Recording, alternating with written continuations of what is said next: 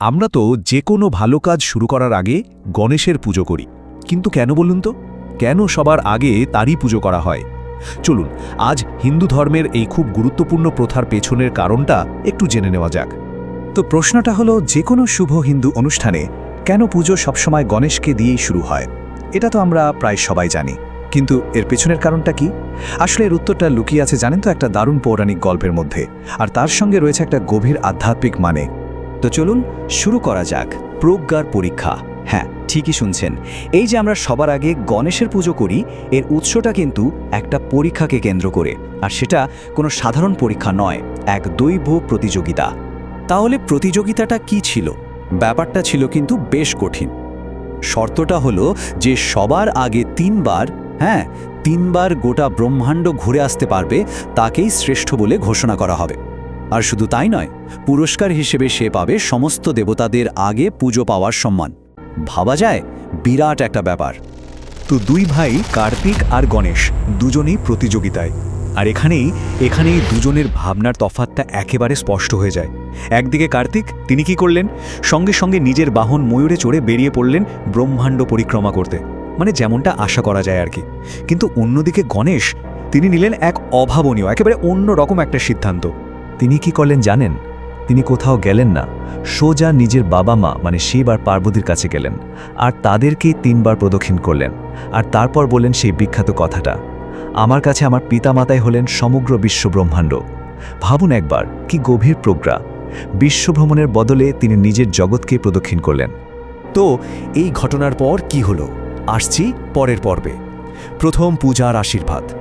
বোঝাই যাচ্ছে গণেশের এই রকম ভক্তি আর অসাধারণ প্রজ্ঞায় তার বাবা মা শিব আর পার্বতী একেবারে মুগ্ধ হয়ে গেলেন, আর তার ফলস্বরূপই তিনি পেলেন সেই বিশেষ আশীর্বাদ।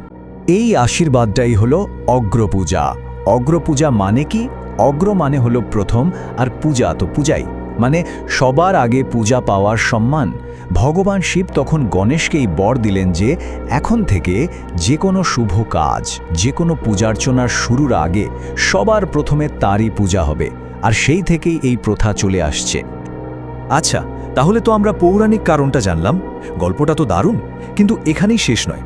এর পেছনে কিন্তু আরও একটা গভীর প্রতীকী কারণ আছে। মানে এই প্রথাটা শুধু একটা গল্পের ওপর ভিত্তি করে নয়, এর একটা প্র্যাকটিক্যাল তাৎপর্যও রয়েছে, যেটা গণেশের আসল ভূমিকার ওপর আলোকপাত করে। আর সেই কারণটা হলো গণেশের বিঘ্নহর্তার রূপ। হ্যাঁ, আমরা সবাই তাকে এই নামে ডাকি, তাই না? তিনিই তো সংকটমোচন। বিঘ্নহর্তা, এই কথাটার মানে কি? বিঘ্ন মানে বাধা, আর হর্তা মানে যিনি হরণ করেন বা দূর করেন। সোজা কথায়, যিনি আমাদের চলার পথের সমস্ত বাধা বিপত্তি দূর করে দেন, আমাদের পথটাকে একেবারে মসৃণ করে দেন, যাতে আমরা সহজেই নিজেদের লক্ষ্যে পৌঁছতে পারি। আর ঠিক এই কারণেই দেখুন, আমরা যে কোনো গুরুত্বপূর্ণ কাজ শুরুর আগে তার পুজো করি।